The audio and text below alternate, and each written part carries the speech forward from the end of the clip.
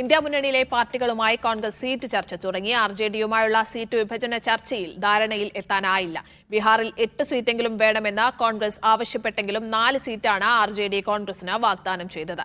ചർച്ച നാളെയും തുടരും. ആം ആദ്മി പാർട്ടിയുമായുള്ള കോൺഗ്രസിന്റെ ചർച്ചയും നാളെ നടക്കും. ധനസുമോദുണ്ട് വിവരങ്ങളുമായി. ധനസുമോദ്, ഏറെ നേരം നീണ്ടുനിന്ന ചർച്ചയിൽ ഇന്നത്തെ ചർച്ചയിൽ തീരുമാനമായില്ല എന്ന് വേണോ കരുതാൻ?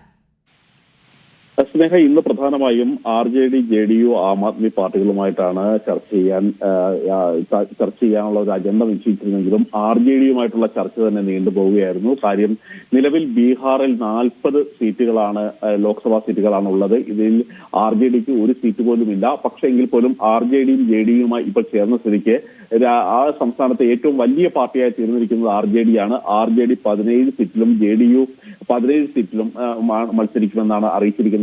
2 സീറ്റ് ഇടതുപക്ഷത്തിന്, അതായത് CPI ML നൽകുമെന്നും കോൺഗ്രസിന് 4 സീറ്റ് നൽകുമെന്നാണ് അറിയിച്ചിരുന്നത്. പക്ഷേ ഈ 4 സീറ്റ് കൊണ്ട് തൃപ്തരാകാൻ തങ്ങൾ തയ്യാറല്ല. എന്ന് വെച്ചാൽ PCC നേതൃത്വം തന്നെ ബീഹാറിലെ വലിയ ശക്തമായ എതിർപ്പാണ് ഇതിനോട് ഉന്നയിച്ചത്. കാര്യം ഒരു കാരണവശാലും ഇതൊരു അപമാനിക്കുന്ന രീതിയിലാണ് 4 സീറ്റ് നൽകുക. ഒരു പ്രധാനപ്പെട്ട രാജ്യത്തെ ഏറ്റവും പ്രധാനപ്പെട്ട പ്രതിപക്ഷത്തെ പാർട്ടിക്ക് 4 സീറ്റ് തരിക, 8 സീറ്റെങ്കിലും വേണം എന്നുള്ള ഒരു നിലപാടിലായിരുന്നു എത്തിയിരുന്നത്. ഏതായാലും മുകുൾ വാസ്നിക് അടക്കമുള്ള നേതാക്കൾ, മുകുൾ വാസ്നിക്, മുൻ രാജസ്ഥാൻ മുഖ്യമന്ത്രി അശോക് ഗെഹ്ലോട്ട് തുടങ്ങിയ നേതാക്കന്മാരായിരുന്നു പ്രധാനമായി സംസാരിച്ചിരുന്നത്.